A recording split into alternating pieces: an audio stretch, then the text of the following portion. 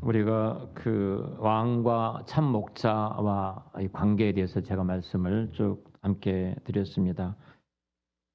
그리고 지난 시간에 시편 23편에 성경에서 목자이신 하나님을 어떻게 나타내고 계신가, 어떻게 드러내고 계신가, 시편 23편 목자이신 하나님에 관한 노래를 우리가 잘 알죠.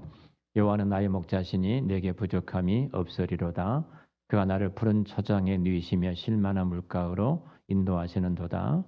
내가 사망의 음침한 골짜기를 다닐지라도 해를 두려워하지 않는 것은 주의 지팡이와 막대기가 나를 안위하시도다. 내 영혼을 소생시키시고 자기 이름을 위하여 의의 길로 인도하시는도다. 참 목자의 모습이에요. 참 목자. 그러니까 그 참 목자는 자기 그 양들을 푸른 초장과 또 물가로 인도하시고 또 사망의 골짜기를 갈지라도 지팡이와 막대기로 우리를 보호하시고 지키시는 목자입니다.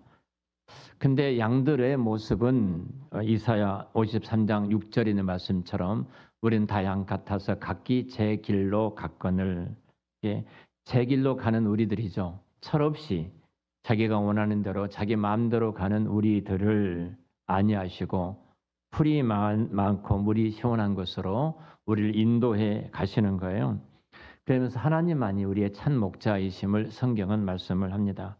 그러니까 시편 23편에 하나님을 목자라고 칭하면서 그 하나님을 대변하는 이스라엘의 목자된 왕 다윗, 우리가 대표적으로 다윗 왕이죠. 다윗이 하나님을 목자라고 부르면서 독특하게 그 시편 23편을 통해서 나도 왕으로서의 목자임을 다윗이 고백을 합니다. 이런 면에서 이제 다윗을 통해서 목자이신 하나님을 계시하신 거죠. 참 목자이신 하나님이 어떤 분이신가를 나타내는데요. 과연 다윗은 이스라엘 가운데 참 목자를 드러내는 진짜 우리가 목자였다는 것을 잘 알잖아요. 그럼에도 불구하고 다윗은 부족했죠. 또 넘어지고 참 목자이신 예수 그리스도 하나님을 드러내셔야 되는데 늘 넘어진 다윗의 모습을 볼 때 그래도 불완전했다는 것을 우리가 알 수 있습니다. 이스라엘 역사 가운데 참 목자로 등장했던 왕이 몇 명이나 될까? 거의 없습니다. 대부분이 악한 왕들의 역사를 성경은 적나라하게 이렇게 말하고 있잖아요. 그 가운데 우리가 에레미야서를 좀 잠깐 지난주에 살펴봤는데 또 에레미야서를 통해서 또 함께 말씀을 나누고자 합니다. 이스라엘 백성들이 참 목자를 구한다. 제가 이제 이 주제를 말씀을 드리면서 왜 목동들에게 그 하나님께서 예수 그리스도 오심을 계시했는가? 참 목자이신 예수님을 그 목자들에게 계시하셨는가? 그리고 그 목자들이 가장 먼저 이 땅에 오신 메시아이신 예수 그리스도를 노래하고 찬양하게 한 이유가 무엇인가에 대한 주제죠. 그런 주제로 제가 끌고 가고 있는데요. 다윗 이후로 이스라엘 왕들의 역사를 보면은 거의 다 부정적입니다. 온전한 왕들이 거의 없어요. 어제 우리 학생들이 남한산성 이제 마지막 아울리치를 하면서 매주 토요일마다 여러 곳을 돌아보면서 그 돌아보는 현장에 하나님의 손길이 무엇인가, 역사 속에 이 민족 속에 또 우리 가운데 하나님이 어떻게 일하신가 이걸 보기 위해서 아울리치를 계속해 왔어요. 어제 남한산성에 갔습니다. 남한산 가서 뭘 할 거냐고 제가 물어봤습니다. 선생님들에게. 남한산 어떤 인조의 왕의 역사, 남한산성의 그 이전의 역사들을 우리 박소연 집사님이 쭉 스터디하고 오셨더라고요. 그리고 그것을 어떻게 아이들한테 가르치고 우리 아이들이 이것을 통해서 뭘 학습할 것인가 이 지금 교육을 계속해 왔어요. 그러면서 산성에 대한 산성, 인간이 나를 지키려고 보호하는 산성, 이 산성은 결국 인간한테 안전할 수가 없다. 이 스토리를 또 만들어 가더라고요. 산성을 보여주고 사람은 자기를 지키고 보호하려고 이렇게 하지만 결국은 이런 역사가 있었다. 진정으로 우리 지키신 분은 하나님이다. 참 수고를 많이 합니다. 얼마나 참 소중한 교육을 우리 이렇게 우리가 자연과 환경을 바라보면서 하나님이 일하신, 우리 가운데 다가오신 하나님이 누구신가, 이를 교육을 그렇게 해가요. 사실은 이스라엘 역사 왕들을 통해서, 그럼 그 부정적인 왕들을 통해서 하나님 우리에게 그럼 무엇을 말씀하실까? 다 섭리 속에 있다면, 긍정적인 왕을 통해서도 하나님 우리에게 무슨 말씀을 하시지만 부정적인 왕들을 통해서 하나님이 우리에게 말씀을 분명히 하고 계시거든요. 우리 예레미야 23장을 보겠습니다.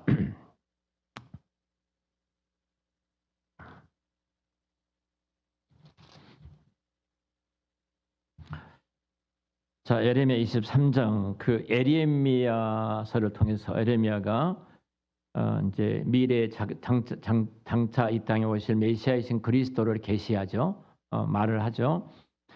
그런데 예레미야가 그 먼저 이 말을 하기 전에 당시의 왕들을 통해서 나타난 참혹함과 비참함에 대한 이야기를 하거든요. 자, 1절과 2절인데요. 예레미야 23장 1절과 2절을 같이 읽겠습니다. 여호와의 말씀이니라 내 목자의 양떼를 멸하며 흩어지게 하는 목자에게 화 있으리로다. 그러므로 이스라엘 하나님 여호와께서 내 백성을 기르는 목자에게 이와 같이 말씀하시니라. 너희가 내 양떼를 흩으며 그것을 몰아내고 돌보지 아니하였도다. 보라 내가 너희의 악행 때문에 너희에게 보응하리라. 여호와의 말씀이니라. 자, 우리 1절에 보면은 내 목장의 양무리들을 멸하는, 흩어는 목자에 대한 이야기. 왕이에요. 목자를 왕으로 치고 왕과 목자를 같이 쓰고 있기 때문에, 또 2절에도 그들이 양무리를 흩고 몰아내고 돌보지를 않았다, 이렇게 말씀합니다. 자, 이 말씀이 보여주는 내용이 무엇이냐면 이스라엘에게는 아주 그 잠깐 짧은 기간 동안에 어떤 참 목자의 모습을 볼 수 있었지만 참 왕이 없었습니다. 참 목자가 없었습니다. 양들은 끊임없이 고통을 당합니다. 이스라엘이 왕이 세워질 때마다 양들은 참 목자인 왕이 세워져서 자신들의 의의 길로 인도하고 또 자기들을 보호하고 또 자기들을 지키는 푸른 초장에서 먹이고 실만한 물가로 인도하기를 원하죠. 모든 백성들은 왕이 세워졌으니까, 목자가 세워졌으니까. 근데 이 왕을 통해서 이렇게 참 목자 그 하나님의 모습이 나타나기를 원했는데 이스라엘의 수많은 왕들은 하나님을 멸시하는 왕들이었습니다. 그리고 백성 위에 군립해서 이방인 왕처럼 자기 백성들을 통치하는, 지배하는 왕이었습니다. 그러니까 의로운 왕, 우리를 보호하고 지키고 인도하는 참 목자를 기다렸지만 잘 나타나지를 않는 겁니다. 그 예레미야 23장의 이 말씀에서 이 내용이 현저하게 나타나고 있는데요. 자, 유다 나라가 멸망으로 치달아갈 때 백성들은 슬퍼하지요. 그들에게 진정한 안식을 이제 줄 수도 없고, 그리고 참된 목자는 오지를 않고, 뭐 이런 모습, 계속 악한 왕들이 세워지고 줄을 이어서 계속 세워지고 있고, 양들은 목자 없는 양처럼 뿔뿔이 흩어지고 포로로 끌려가고 고통을 당합니다. 자, 이것이 예레미야 23장 1절 2절 말씀이에요. 근데 바로 뒤에서 이제 말씀을 합니다. 예레미야 바로 이 뒤에 3절 이하부터 이 양무리들에 대해서 이제 소망의 말씀을 주신 거예요. 양무리들을 멸하는 목자 때문에 탄식하는 그 양들, 부르짖는 그 양들을 하나님께서 위로의 말씀을 주신 것이 3절부터 6절이에요. 자, 3절부터 6절 말씀까지 우리 같이 읽겠습니다. 내가 내 양떼에 남은 것을 그 몰려갔던 모든 지방에서 모아 다시 그 우리로 돌아오게 하리니 그들의 생력이 번성할 것이며 내가 그들을 기르는 목자들을 그들 위에 세우리니 그들이 다시는 두려워하거나 놀라거나 잃어버리지 아니하리라. 여호와의 말씀이니라. 여호와의 말씀이니라. 보라 때가 이르리니 내가 다윗에게 한 의로운 가지를 일으킬 것이라. 그가 왕이 되어 지혜롭게 다스리며 세상에서 정의와 공의를 행할 것이며 그의 날에 유다는 구원을 받겠고 이스라엘은 평안히 살 것이며 그의 이름은 여호와 우리의 공의라 일컬음을 받으리라. 아멘. 지금 예레미야 이 말씀은 장차 새로 올 그 목자에 대한 참 목자에 대한 것을 약속을 하고 있습니다. 참 허덕이며 그 참 어찌 보면은 굉장히 비참한 가운데 처해 있는 부르짖는 그 양떼들에게 지금 참 목자가 와서 이런 은혜를 베풀어 주시리라. 이전의 모든 목자들은 양들을 흩어지게 하는 목자들이고 양들을 정말로 고통을 주는 목자들이었는데 하나님께서 참 목자를 내가 너에게 주겠다. 이 약속이죠. 다윗에게서 오늘 말씀 보면은 그 일어날 한 의로운 가지라고 말을 합니다. 그러니까 다윗의 후손을 통해서 참 의로운 가지, 참 목자가 이 땅에 태어나실 것이다. 자, 다윗이 보여주었던 참 목자, 그 목자가 누구인가? 바로 우리는 다 알고 있죠. 예수 그리스도이시죠. 그러니까 다윗조차 해내지 못했어요. 하나님의 그 영광스러운 참 목자의 모습을 잘 드러내지 못했습니다. 근데 다윗의 후손의 한 가지에 태어날 자가 있는데 그가 이제는 그 참 목자로서 우리를 이렇게 할 것이다. 우리를 지키고 보호하고 우리 인도하고 우리 안식과 평안을 줄 것이다. 이 말씀을 해요. 자, 이사야 40장에 한번 넘어가겠습니다. 바로 앞에 넘어가시면 이사야 40장인데요. 이사야 40장 말씀 한번 보죠. 40장 10절과 11절 이 두 절 말씀 우리 같이 함께 이 말씀 읽도록 하겠습니다. 10절과 11절 내용입니다. 보라 주 여호와께서 장차 강한 자로 임하실 것이요 친히 그의 팔로 다스릴 것이라. 보라 상급이 그에게 있고 보응이 그의 앞에 있으며 그는 목자같이 양떼를 먹이시며 어린 양을 그 팔로 모아 품에 안으시며 전 먹이는 암컷들을 온순히 인도하시리로다. 아멘. 참 목자가 누구인가? 앞으로 오실 목자에 대한 분명하게 계시를 해주고 이사 53장에서는 아주 구체적으로 예수님 오시기 700년 전이죠. 구체적으로 메시아가 이런 분이라고 나타내 주십니다. 자, 에레미야가 노래했던 그 참 목자, 그 목자, 양무리들을 멸하는 악한 목자들이 있는데 그들을 고통당하는 그 양무리들을 건져내고 지키고 보호하고 안식을 줄 참 목자에 대한 말씀을 합니다. 꼴을 주고 쉴만한 잔잔한 물가로 인도하는 목자. 네. 자, 성경에서 이 목자를 분명히 우리는 이미 신약 시대를 살아가고 있으니까 예수 그리스도 이렇게 알잖아요. 근데 그 절망 가운데 있는 이스라엘 백성들에게 하나님이 그렇게 계시해 주신다고 생각해 보세요. 얼마나 위로가 되겠습니까? 얼마나 위로가 되겠어요. 자, 이제 좀 정리를 해 가죠. 자, 수많은 직업군이 있습니다. 당시 예수님이 이 땅에 태어날 때 왕부터 시작해서 수많은 직업군들이 가지고 있었어요. 그 수많은 직업군 가운데 수많은 계층이 있었는데 왜 하필이면 들판에서 양들을 치는 목자들에게 주님을 경배하러 가라고 명령을 했겠느냐는 거예요. 했겠는가? 바로 그것은 딱 하나로 말한다면 구약에서 계시하신 진정한 목자, 진정한 왕은 바로 예수 그리스도이기 때문에 그 목자들의 이름을 가지고 나와서 경배하도록 했어요. 우리가 베드로전서 5장에 아주 이 부분을 잘 말씀하고 있거든요. 베드로전서 5장을 한번 볼까요? 신약으로 이제 넘어가겠습니다. 베드로전서 5장입니다. 베드로전서 5장 1절부터 4절 말씀까지인데요. 우리 같이 또 함께 읽도록 하겠습니다. 너희 중 장로들에게 권하노니 나는 함께 장로된 자요 그리스도의 권한의 증인이요 나타날 영광에 참여할 자니라. 너희 중에 있는 하나님의 양무리를 치되 억지로 하지 말고 하나님의 뜻을 따라 자원함으로 하며 도로운 이득을 위하여 하지 말고 기꺼이 하며 맡은 자들에게 주장하는 자설을 하지 말고 양무리의 본이 되라. 그리하면 목자장에 나타나실 때 시들지 아니하는 영광의 관을 얻으리라. 아멘. 자, 베드로전서에 보면 베드로가 우리 주님을 어떤 분으로 묘사하고 있냐면 자, 1절에 이렇게 말하죠. 너희 중에 장로들에게 권하노니 우리 삼직에 대해서 공부하고 있잖아요. 장로들에게 권하노니 함께 장로 된 자요. 그러니까 지금 장로들에게 부탁하면서 사도인 자신도 함께 장로된 위치에 있다고 말을 합니다. 똑같은 장로된 위치에 함께 있다. 여기에서 장로의 부각된 위치는 2절의 위치는 이겁니다. 하나님의 양무리를 치는 겁니다. 하나님의 양무리를 치되 이 말이에요.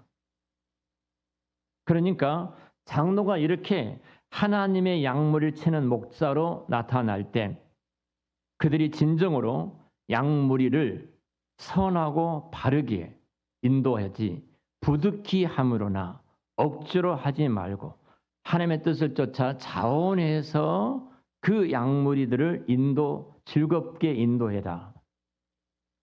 그러면서 4절에 이런 말씀하죠. 자, 그 지점이 어디냐면 최종적으로 그들이 그 장로들이 함께 장로된 자들이 바라봐야 될 곳이 어디인가? 그 지점이 4절이에요. 그리하면 목자장에 나타나실 때 실지 아니하는 영광의 관을 얻으리라. 목자장이 나타나시는 날 말하고 있어요. 베드로전서에서 양들의 진정한 목자로서 모든 이 땅의 목자들을 치리하시는 대장 되시는 분, 그분이 누구인가? 바로 예수 그리스도이시고 그리스도께서 우리에게 그 직임을 주셔서 주의 교회를 목양하도록 하신 겁니다. 그래서 그러니까 우리들이 할 일은 목자로서 목자장 되신 그분을 반사해야 돼요. 그래서 우리들이 하는 사역을 통해서 주님이 지금 이 사역을 하고 있다. 그 사람이 똑똑하고 능력이 있고 지혜롭고 대단한 실력이 있어서 그 일을 하는 것이 아니라 주님이 지금 저분을 통해서 나를 보호하고 지키고 내 필요를 채워주고 나를 인도하고 있다. 주님의 손을 봐야 돼요. 주님의 손을. 그래서 우리들의 사역의 최종적인 전국의 그 자리는 하나님의 영광입니다. 하나님 영광이에요. 부득이나 억지로 하지 말고 주장한 자세로 하지 말고 주장한 자세로. 계급이 아니에요. 가장 섬기는 자라 이 말입니다. 섬기는 자. 자, 우리가 그럼 이 말씀을 다시 이제 신약으로 다시 넘어가서 요한복음 10장을 좀 보겠습니다. 요한복음 10장입니다. 쭉 앞으로 넘어가서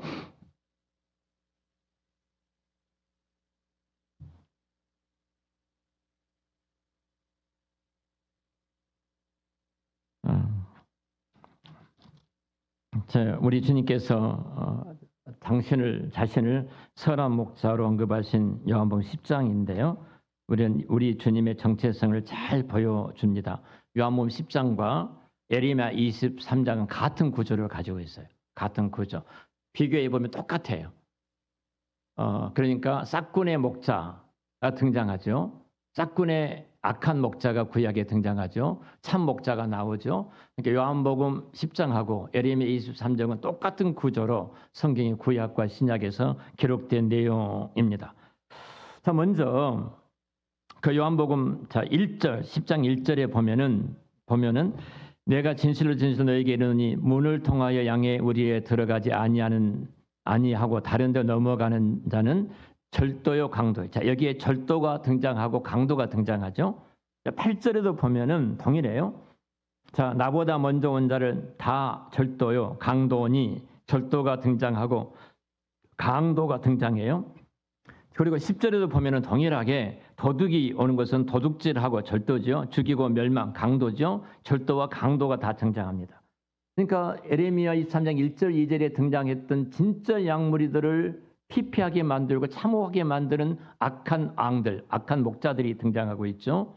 그리고 3절 이하에는 참 목자에 대해서 말씀하는데, 자, 그리고 10절에 초반절에 이렇게 말합니다. 내가 온 것은 누구죠? 예수님이시죠. 양으로 생명을 얻게 하고 더 풍성히 얻게 하려 했다.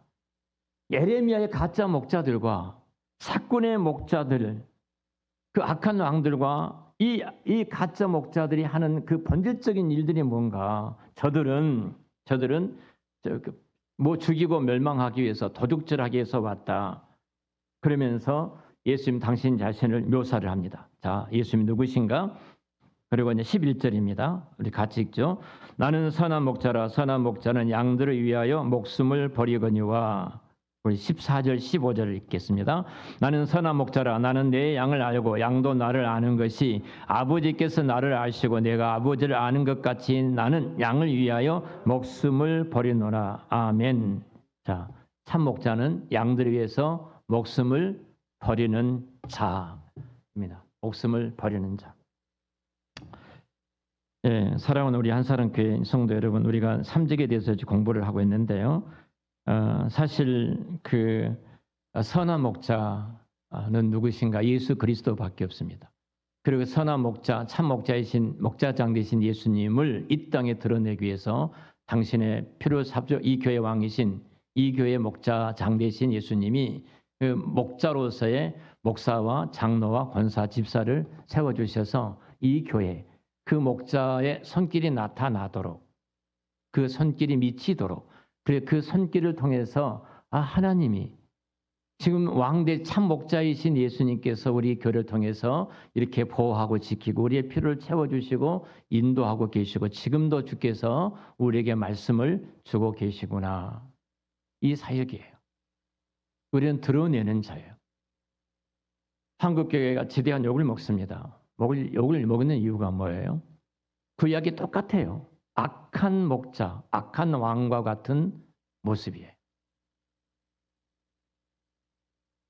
그 싹군의 목자 같은 모습이에요.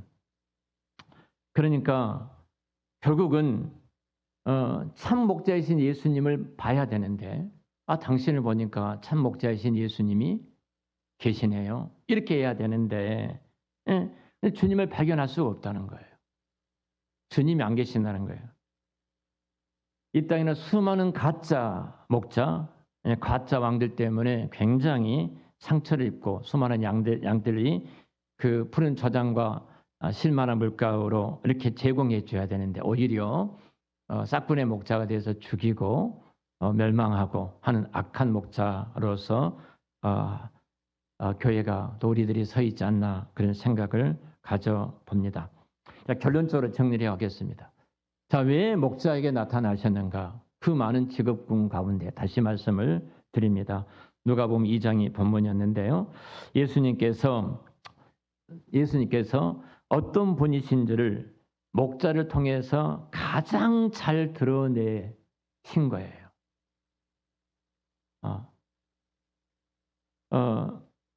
예수님께서 목자장으로 우리 가운데 오셨습니다. 그리고 그 목자들에게 예수님이 경배를 받으셨습니다. 자, 생각해 보세요. 목자장으로 오셨던 예수님이 어떤 모습이에요? 누울 집이 없어서 태어나실 곳이 없어서 우리가 잘 아는 것처럼 말구유에 예수님이 태어나시지 않았습니까? 그런데 수많은 직업군이 있는데 그 수많은 직업군 가운데 굳이 목자들의 경배를 받으신 하나님의 섭리가 우연이었을까요? 아니라는 겁니다. 그 목자들을 통해서 여기에 참된 목자, 참된 왕이 이분이다 라고 성경은 우리에게 말씀해 주고 있어요. 하필 근처에 예수님이 태어난 근처에 목자들이 있기 때문에 하나님이 찾아가셔서 부르신 것이 아니에요. 또 어떤 그 직업군들 가운데 그런 군들이 없기 때문에 이 목자들을 동원해서 예수님이 그 예수님을 찬양하도록 하신 것도 아니에요. 목자로 오신 분이 예수님이기 때문에 거의 하나님의 계획 속에 저들을 불러 찬양과 경배를 받고 계셨다는 사실입니다. 이제 우리가 좀 그 결론적으로 이 일을 일어날 일들을 천사들이 노래하죠. 자, 누가복음 2장 14절 말씀 보면 우리가 잘 아는 내용이에요. 우리가 새벽송을 돌 때 항상 후반절에 그렇게 말하잖아요. 지극히 높은 곳에서는 하나님께 영광이요 땅에서는 기뻐하심을 입은 모든 자들에게 평화로다. 우리가 이 고백을 선포하잖아요. 선포했잖아요. 우리 그 새벽송을 할 때. 자, 이 노래는 목자 없이 고통을 당하는 자들, 거짓 목자로부터서 고통을 당하는 자들에게 그 양들에게 주어지는 초장과 물가의 안식을 외치는 겁니다. 예수 그리스도만이 참 안식을 줍니다. 참 목자이신 이스라엘 왕은 하나님께 영광이 되는 것은 물론이고 땅에 있는 자신의 양들에게 진정한 안식과 평화를 줍니다. 그 예수를 믿는 자들에게, 그 예수를 구주와 주님으로 영접하는 자들에게. 자, 우리가 그 영접 기도할 때 예수님 나의 죄를 십자가에서 죽으심을 내가 믿습니다. 그리고 3일 만에 부활하신 것을 내가 믿습니다. 그리고 그 예수님을 나의 구주와 주님으로 영접합니다. 내 마음의 문을 열고, 그리고 그 예수님께서 이제 내 삶을 하나님 예수님께 올려드립니다. 인도하시고 보호해 주시옵소서. 이것이 목자장 되시는 참 목자이신 예수님 앞에 내 생애를 위탁한 거예요. 거기에 참 평안과 거기에 참 안식이 있습니다. 양들이 풀을 뜯으면서 쉴 수 있는 곳, 어떤 짐승으로부터 해를 당하지 않고 편안하니 물을 마실 수 있는 곳, 참된 평화가 이루어지는 곳, 바로 참 목자이신 예수 그리스도가 주시는 선물입니다. 말씀을 이제 참 목자에 대한 말씀을 정리하겠습니다. 교회 올라오다 보면은 예수님께서 그림 하나 있죠. 양들을 안고 있는 그림, 양들을 치고 있는 지팡이를 들고 치고 있는 그림이 있습니다. 여러분 집에도 그런 그림들이 걸려지신 분이 계실 줄로 압니다. 우리가 그런 모습을 종종 보게 되는데요. 이런 그림 볼 때마다 이 그림을 통해서 떠오르는 예수님은 어떤 모습인가? 어떤 모습일까? 그래서 예수님께서, 주님께서 그냥 안락함을 주고 편안함을 제공하는 목자로만의 어떤 모습인가? 그런데 이 말씀을 통해서 이 선한 목자는 이 땅의 수많은 악한 목자들 때문에 고통을 당하셨습니다. 그리고 자기 백성들을 위해서 진정으로 참 목자가 되셨음을 우리가 발견할 수 있습니다. 땅의 왕들은 항상 한계를 가졌습니다. 동일하게 목사도 장로도 집사도 권사도 한계를 가졌습니다. 우리는 늘 부족합니다. 우리는 최선을 다해서 하나님을 반사합니다. 참 목자이신 하나님 그분을 반사합니다. 근데 우리의 타락과 부패성들은 끊임없이 내 안에서 싸우게 되어집니다. 땅에 악한 왕들이 너무나 많았죠. 구약 이스라엘 역사를 볼지라도 예수 그리스도 이 땅에 오실지라도 마지막 예수님을 죽으려 했던 헤롯 대왕에 이르기까지, 여러분 얼마나 잔인했습니까? 제가 세계적인 그 지금 몇 년 동안 건축하고 있는 건물 있죠. 스페인에. 어떤 건물이죠? 건축학 하신 분들. 우리 박소연 집사. 네? 어떤 건물이죠? 그 건물이? 지금도 완공 다 하지 못했죠. 꼭 한번 가보고 싶은 생각이 있어요. 저도 보고 싶다. 근데 그 옛날에는 성경이 있어요, 없어요? 성경책이 없습니다.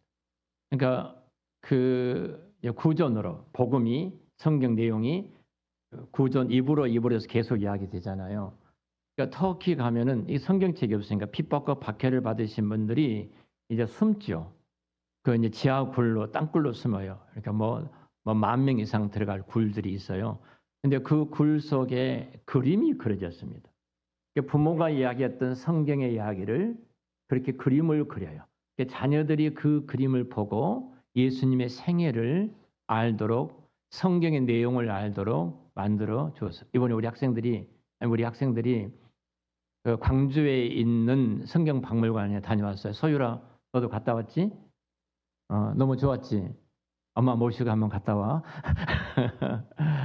성경의 구약부터 신약의 스토리를 쫙 이렇게 진열해 놨어요. 그걸 보고 성경의 역사를 보고 성경을 보는 그 시간을 우리 아이들이 갖고 왔거든요. 스페인의 그 이제 소위 말 성당이죠.